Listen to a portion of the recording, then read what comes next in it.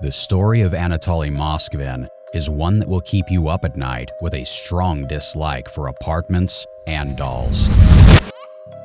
This is the story I like to call The Dead Dolls. Anatoly Moskvin was a Russian journalist and a professor. He is a highly intelligent man, but with a hobby that would make others a little uncomfortable, to say the least. He had a fascination with cemeteries, so much so that he considered himself a necropolist and even wrote for the local newspaper in a segment called Necrologies. His writings that were published in the paper were actual reports on cemeteries he has visited and his experiences in them. With visiting more than 752 of them that were in his town and in the area surrounding it, he had more than enough reports to send. Two of the titles being What the Dead Said and Great Walks Around Cemeteries. This fascination started for him at 13 years old when he was stopped by a group of men believed to be in a cult at a funeral. He was pulled into the funeral by them and forced into kissing a deceased 11-year-old girl, which he did under the hands of the mother, but then went in for a few more. The girl's mother then placed a ring on his finger and one on her daughter's, he wrote. After that day, he started having reoccurring nightmares. In these nightmares, the girl he now believes is his wife would come to him. She insisted he meet her back where they were married.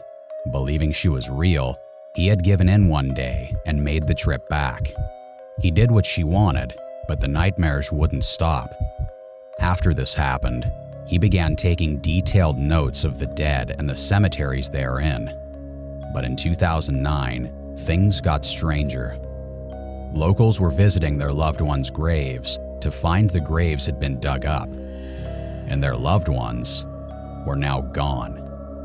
The government believed it was the work of extremists, but no evidence could be found to lead them to the real culprit or culprits. Then in 2011, following a terrorist attack at the Domodedovo airport in Moscow, the police were getting reports of Muslim graves being desecrated in Nizhny Novgorod. They had found Moskvin painting over pictures of Muslims. He was then arrested, and after he was arrested, they went to search his apartment. What they would find there is a sight they would never forget. They walked into his apartment that he shared with his parents.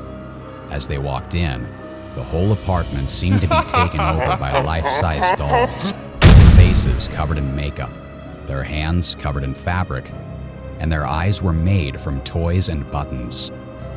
It didn't take long for them to realize that these dolls were once living. These were the very same corpses that had gone missing. As they tried to remove them, music started to play. Inside the corpses, he had placed music boxes and stuffed them with rags, and even took home part of a gravestone. Why did he do this? He told them he was lonely, so he would hang out with them, doing things like watching TV. He also had very high hopes that science could bring his friends back to life one day. If that ever happened, though, would he still be willing to befriend them as live people? In my opinion, no. But it hasn't happened. What about Anatoly's parents? Didn't they know that these were stuffed corpses? No. They had stated they believed their son had taken an interest in building large toys and had no idea what their son was actually doing in their very own home. And how about the first victim's family? The mother had stated, "I had her for 10 years, and he had her for 9. The story of what had happened to the 13-year-old Anatoly was a story written by himself, of his accounts. So was it true what happened? Or was this all made up just to explain his weird interest in the dead?